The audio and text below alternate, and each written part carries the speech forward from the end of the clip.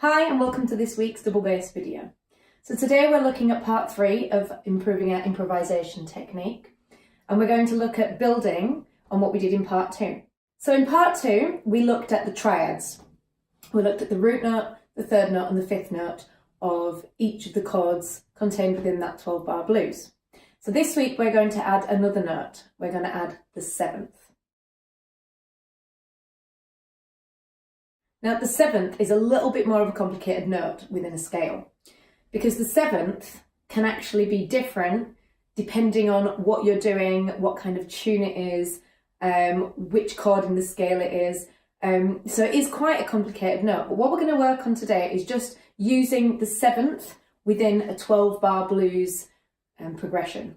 So the most common thing using a 7th in a 12-bar blues progression is to use what they call the flattened 7th note. So when we go back to looking at our scale of E major, we have the notes E, F sharp, G sharp, A, B, C sharp, D sharp, and E. So if you count the notes, 1, 2, 3, 4, 5, 6, 7, this one's the 7th note, okay? And the 7th note is a D sharp in the scale of E major. But when you're playing a 12-bar blues and certain other pieces, and most of the time in the 5 chord of a piece as well, you don't play the 7th note that's contained within the scale. You play a flattened 7th note. So when we're looking at building an arpeggio for working with bass lines, we're going to use the first, still in the key of E. So we're using the first, which is an E, and we did this in the last video. The third, which is that G sharp. The fifth, which is the B. And then we're going to use the flattened 7th, which is a D, okay? So we're going to work with those notes for that chord. So if you feel like you need to write these down, or you feel like you need to use a chart, you can download the PDF for this lesson, or you could just write the notes down yourself and have them in front of you, which can really help when you're first learning these chords and learning how to improvise. Because what we're going to do is we're going to first of all learn how to play the arpeggios of the chords. We're then going to learn how to mix them up and start creating slightly more interesting bass lines. So exercise number 1, we're not going to use a track. We're simply going to learn how to play each of the arpeggios, and we're going to get comfortable with those. So our first chord is chord number 1, which is E. And we're going to play E, G sharp, B, D, E, D, B, G sharp, back to the E. Okay, and you're going to repeat that a few times. So you can play along with me or practice it yourself. 1, 2, 3, 4.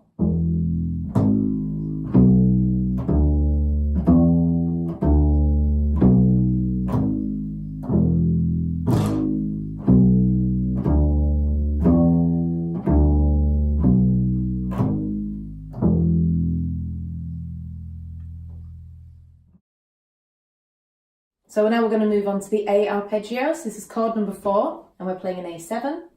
So the notes are A, C sharp, E, and G, finishing up on the octave of the A. So play along with me, or play along yourself. 1, 2, 3, 4.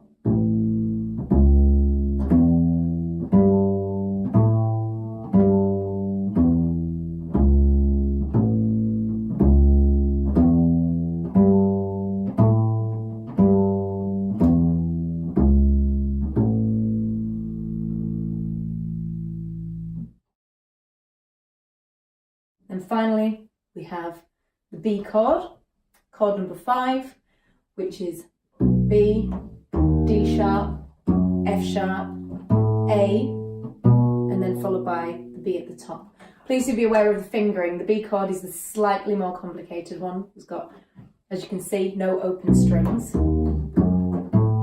So make sure that you are shifting correctly. So the fingering I'm choosing to use on this one is using my first finger here on the B, shifting up to the D sharp, all fingers down for the F sharp, sliding that first finger just across there onto the A, and then all fingers down for that B. You can also, it's absolutely valid, use the 2 finger here. Either way works. It's best to practice the one you're the least comfortable with. So if you find it more difficult to use that 2nd finger, use the 2nd finger. If you find the shifting more difficult, and you're finding maybe your tuning's a little bit wobbly when you shift from the B to the D sharp or the D sharp to the B, then focus on using that 1st finger. It's a good little exercise within an exercise. 1, 2, 3, 4.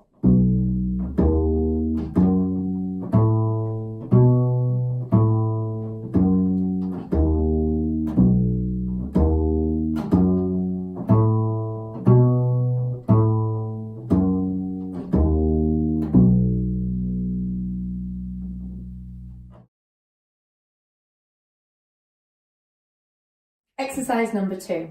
We're going to learn to use those arpeggios within the 12-bar blues. We're going to use the same 12-bar blues progression that we've been using in all the other previous videos.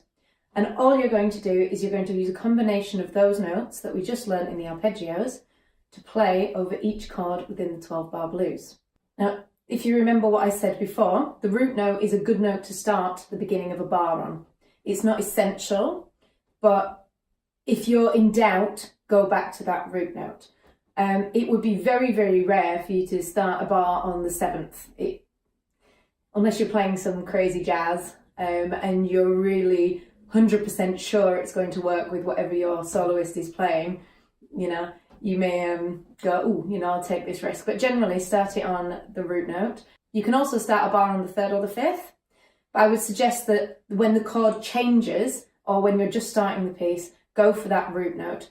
It's something you really want to become extremely comfortable with. But, you know, don't be afraid. Use your ears. If you're in a jam situation, play around with it. You know, as long as you've got other musicians who are quite flexible and up for learning and up for a bit of fun, and try things. You know, try out starting the bar on the 5th. I mean, try out starting a bar on the 7th and see how it sounds. See what you think of it.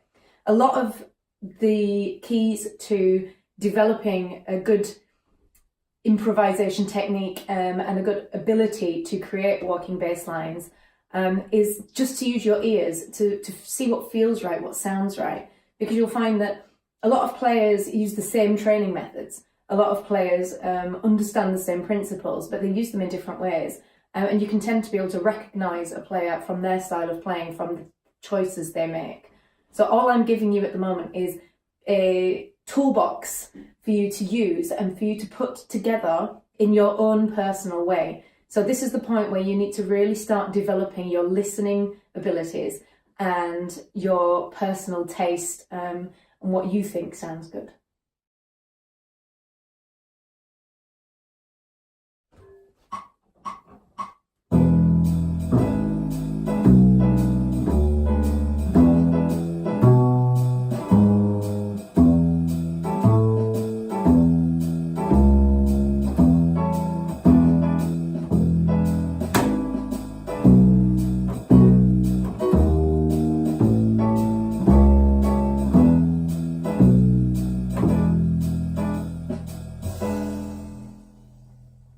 So play around with those arpeggios and that chord progression at 2 to the bar, so nice and steady, until you're really, really comfortable. And don't forget, you can decrease the tempo if you're still finding it a little bit much playing it at that speed. So use your iReal app, bring the tempo down a little bit and slow it right down. Really get it right. Don't feel like you need to be rushed. You need to be thinking ahead. You need to be able to already know what you want to play next. That's how you create your walking bass lines, by knowing where you're going. So you need to really understand where you're going. You need to be able to know where you're going to go next before the actual note comes. So if you're struggling with that and you're feeling it's a little bit too fast, bring the tempo down. Start slowly. The speed will come naturally. You don't need to push speed. So once you're comfortable with that 2 to the bar, you can bring it onto exercise 3, which is exactly the same as exercise 2, but we're going to do it 4 to the bar rather than 2 to the bar.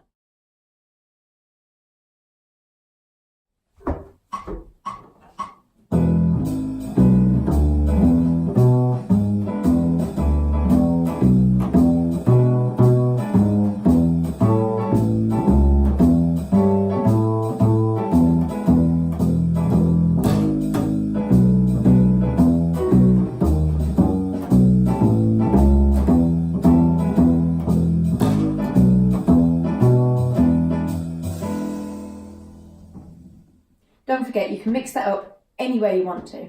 And also, don't be too afraid to make mistakes. So a lot of mistakes you can get away with, especially if it's on the second or the fourth beat of the bar. Because in theory, there is no wrong note on the second and fourth beats of the bar. It's about where you go after the wrong note. So if you've played something that you're going, ooh, crap, I didn't mean to play that, just then go to somewhere that works. So, for example, if I'm playing, and then I go to the A, and I tend to play the fifth, and I actually play the sixth, or I play even a note that's not even the scale. So for example, I go to the A chord and I play an F instead of an E. I'm trying to play an E, but that F doesn't actually sound too bad. So if I play it within context, we're in the E chord, still in the E chord, change the A,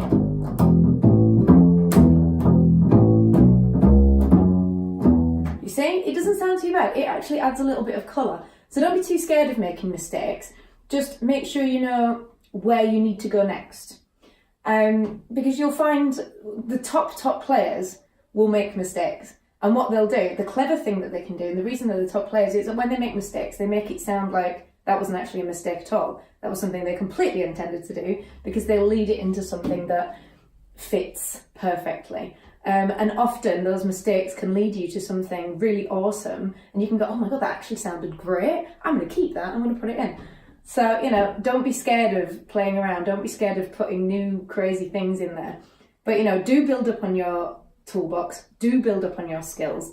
Start out basic. Start out understanding where you need to be, because then you can understand where the colour comes from by trying places maybe that you're not meant to be, and seeing how it sounds. So I hope you've enjoyed this week's video. And if you've got any questions or comments about anything in this video or any others, or any future requests for videos, please do comment below. Please don't forget to give the video a thumbs up. And also don't forget to subscribe to the channel for more double bass videos, more lessons, and also some live videos from our band Bamboozle. Thanks for watching, and I'll see you again next time.